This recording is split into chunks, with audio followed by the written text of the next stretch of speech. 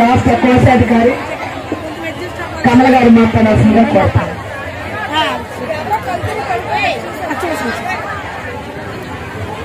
వేదిక మీద ఉన్నటువంటి సిఐటియు రాష్ట్ర ప్రధాన కార్యదర్శి నరసింహారావు గారికి, మన ఆశా వర్కర్స్ యూనియన్ రాష్ట్ర ప్రధాన కార్యదర్శి ధనలక్ష్మి గారికి, అలాగే వివిధ జిల్లాల్లో ఉన్న నాయకులకు అనేక శ్రమను ఓర్చి నిద్ర లేకుండా ఆకలిని కూడా లెక్క చేయకుండా టిఫిన్ చేయకుండా ఎక్కడ దారి మధ్యలో పోలీసులు పట్టుకుని అరెస్ట్ చేసి ఆపుతారేమని యూనిఫామ్ ని బ్యాగుల్లో పెట్టుకుని పోలీసులకు నష్టా కొట్టి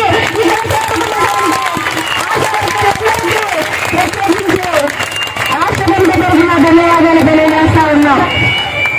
కాబట్టి ఆశా వర్కర్ల పోరాటం ఈ రోజేమి కొత్త ఏమీ కాదు. 18 ఏళ్ల చరిత్ర ఆశా వర్కర్లకి ఉంది. ఆ పోరాటాన్ని మర్చిపోయిందని గుర్తు చేయడానికే ఈ రోజు మనం ఇక్కడికి రావాల్సిన అవసరం వచ్చింది. అందుకనే చెప్తా ఉన్నాం, ఆశా వర్కర్ల కష్టాన్ని గుర్తించినటువంటి ప్రభుత్వం, ఆశా వర్కర్ల కష్టాన్ని గుర్తించినటువంటి అధికారులు, ఆశా వర్కర్ల కష్టానికి తగ్గ ఫలితం ఇవ్వాలని చెప్పేసి రోడ్డుకి క్షేమ చేసినటువంటి ప్రభుత్వానికి బుద్ధి చెప్పిన చరిత్ర కూడా ఆశా వర్కర్లు గుర్తుపెట్టుకోవాలి. ఆశా వర్కర్లు ఏం చేస్తా ఉన్నారు? మీకు కనీస వేతనం కావాలా? 26,000 కావాలా? మీరు ఏమైనా డిగ్రీలు చదివారా? మీరు ఏమైనా పీజీలు చదివారా? నేను చేసే మాకేమి ఇట్లా మీకు ఇస్తారా అని చెప్పేసి వెతగారుగా నోటితో మాట్లాడి వసూలుతో ఎక్కించేటువంటి వాళ్ళు కూడా ఉన్నారు. మీరు స్వచ్ఛంద ఆరోగ్య కార్యకర్తలు, అప్పుడు మీ పేరులోనే స్వచ్ఛత ఉంది. మీరు అసలు స్వచ్ఛంద ఆరోగ్య కార్యకర్తలుగా వేతనానికే పనికిరారని చెప్పి ఎక్కించే కూడా ఉన్నారు. స్వచ్ఛంద ఆశా వర్కర్లనే స్వచ్ఛంద ఆరోగ్య కార్యకర్తలు కాదు, కష్ట జీవులు, కష్టానికి తగ్గ ఫలితాలు ప్రభుత్వాలు గుర్తుపెట్టుకోవాల్సినటువంటి అవసరం ఉంది. అందుకనే 10,000 నేనిచ్చానని చెప్పి ఈయన కాదు నేనిచ్చానని చెప్పేసి ఆయన చెప్పుకుంటా ఉన్నారు. ఆయన ఇచ్చినా ఈయనిచ్చినా పోరాడి రోడ్డెక్కితేనే ఇచ్చారు తప్ప గుర్తుపెట్టుకోవాల్సినటువంటి అవసరం ఉంది. అలాగే ఎవరన్నా ఆశా వర్కర్ల పనితీరుకి మార్పులు పెట్టారు. పోస్ట్ గ్రాడ్యుయేట్ ఉంటే ఇన్ని మార్కులు, ఇమ్యునైజేషన్ అయితే ఇన్ని మార్కులు అని చెప్పి మార్కులు పెట్టారు. మార్కులు పెట్టిన దాని నుంచి పోయినాయని చెప్పేసి అనుకున్నా. జీతాలు కానీ మార్కులు వేసిన తర్వాత వేసిన పద్ధతిని గుర్తిస్తే ఒక 5 మార్కులు. కాబట్టి పెళ్లిళ్ళైన కొత్త జాతులు పరిస్థితి ఆశా వర్కర్లకు వచ్చింది.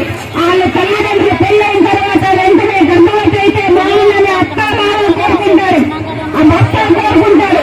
కానీ పెళ్ళైన తర్వాత వెంటనే గర్భవతి వరకు ఒక యాత్ర వస్తుందని అమ్మాను కావాలని చెప్పిందా, అమ్మాకి ఏమని మా మగలేమని చెప్పిందా అని చెప్పేసి నాకేం పండుగ నీకేమన్నా నేను గ్యాప్ తీసుకుంటానని చెప్పేసి మనకు అన్నటువంటి సందర్భాలు కూడా ఉన్నాయి.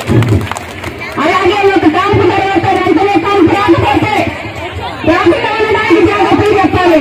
కాబట్టి కాంపుకు సంబంధించి రాకుండా ఉండడానికి గ్యాప్లు చెప్తే క్యాంపుకి కాంపుకు దూరం అయితే మరీ దూరం అయిపోతుందని చెప్పేసి మనకి చెప్పినా కూడా మోటివేషన్ చేసే విషయంలో ఈ రోజున ఆశా వర్కర్లు కీలక పాత్ర పోషిస్తా ఉన్నారు.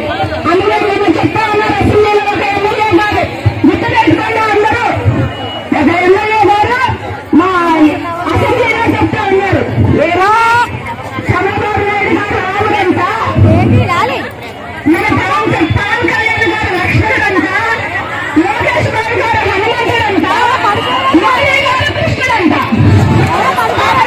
అవతార పురుషులైనటువంటి ముసలిగా మీకు పేరు పెట్టుకున్నారు కాబట్టి అన్నవారు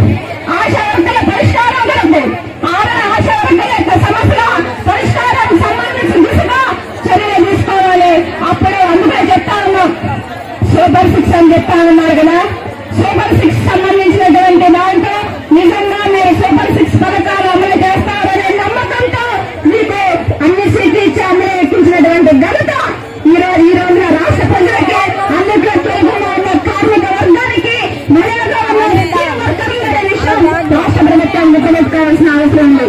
అంటే ఏదన్నా అడిగితే ప్రభుత్వం వచ్చిన సంవత్సరం అవడం లేదు కాబట్టి కొంచెం టైం ఇవ్వండి, మాకు ఇచ్చిన టైం ఇవ్వండి, మీ గురించి ఆలోచిస్తాము అని చెప్పేసి మన ప్రభుత్వం చెప్తున్నటువంటి ప్రయత్నం చేస్తూ ఉంది. అందుకనే మనం చెప్తా ఉన్నాం, టైం ఇస్తున్నాం, 2 నెలలు టైం ఇచ్చాం, ఏదైతే మీరు రిజర్వేషన్ గ్రాట్యుటీ ఇస్తానన్నారో ఆ జీవో విడుదల చేయి, వయోపరిమితి జీవో విడుదల చేయి, రికార్డులు ఇవ్వు, నాణ్యమైన పేర్లు ఇవ్వు, ఆశా వర్కర్లకి సెలవులు ఇవ్వు, చచ్చిపోతే మధ్య ఖర్చులు ఇన్సూరెన్స్ సౌకర్యం కల్పించు. అప్పుడు ఆశా వర్కర్లు సూపర్ ముఖ్యమంత్రి గారు అని చెప్పి అప్పుడు ఇస్తారని గుర్తుపెట్టుకోవాల్సిన అవసరం ఉంది. ఆ రకంగా ఈ ప్రభుత్వం నమ్మకంతో ఆ రకంగా ప్రభుత్వం మనకి ఆదరిస్తారని నేను ఇప్పటికీ పూర్తిగా ఆశావర్గంగా నమ్ముతున్నా. మీకు అవకాశం ఇస్తాం, ఆదరించండి, ఆలోచించండి, జీవనాలు చేయండి అని చెప్పేసి ఈ ప్రభుత్వాన్ని విజ్ఞప్తి చేస్తూ ఈ అవకాశం ఇచ్చేది మీ అందరికీ ధన్యవాదాలు.